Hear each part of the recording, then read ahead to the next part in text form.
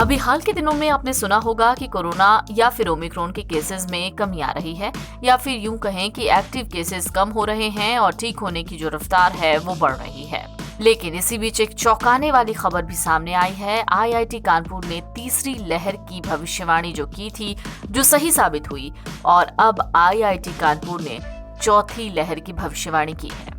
America के राष्ट्रपति Joe Biden ने अपने पहले स्टेट ऑफ यूनियन के संबोधन में नागरिकों को कोरोना वायरस संक्रमण की चौथी लहर के लिए तैयार रहने को कहा है। कोरोना वायरस संक्रमण की चौथी लहर की भविष्यवाणी भारत में आईआईटी कानपुर के वैज्ञानिकों ने भी की है। भारतीय वैज्ञानिकों की माने तो चौथी लहर का पीक जून 2022 हो सकता है। भारत में कोरोना वायरस संक्रमण की चौथी लहर जून के मिड से लेकर जून के अंत तक शुरू हो सकती है। वैज्ञानिक अनुमान लगा रहे हैं कि यह लहर 4 महीनों तक रहेगी। आईआईटी कानपुर के वैज्ञानिकों की एक टीम की हाल ही की स्टडी में संकेत मिले हैं। कहा गया है कि कोरोना वायरस संक्रमण की इस लहर की गंभीरता वेरिएंट के नेचर और देश में वैक्सीनेशन की स्थिति पर ही निर्भर करेगी। सवाल यह है कि ये चौथी लहर क्या खतरनाक होने वाली है, और अगर हाँ तो कितनी। इस वायरस के नए वेरिएंट का पूरे एनालिसिस पर खासा असर हो सकता है। इसके असर की तीव्रता, संक्रामकता, मौत के आंकड़ों, बाकी चीजों पर निर्भर करेगी।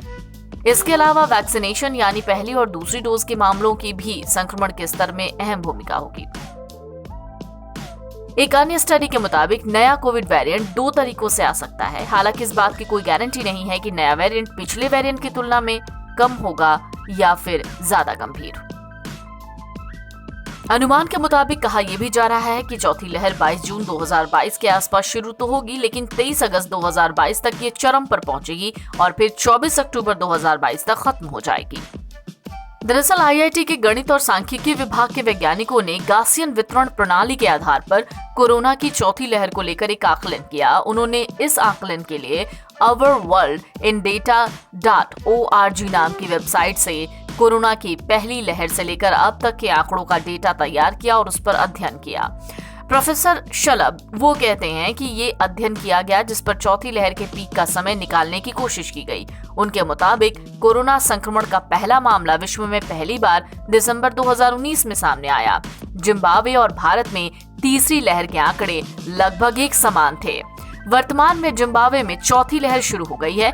इस वजह से जिम्बाब्वे के डेटा को आधार मानकर ये थ्योरी निकाली गई और भारत में चौथी लहर का आकलन किया गया है। अब सवाल ये भी उठता है कि क्या ओमिक्रॉन BA.2 चौथी लहर का कारण बनेगा। अगर मौजूदा हालात को देखें तो ओमिक्रॉन BA.2 कोरोना वायरस की चौथी लहर का कारण बन सकता है। फिलहाल पूरी दुनिया में ओमिक्रॉन और पहले के सभी वेरिएंट्स के मामले कम हो गए हैं।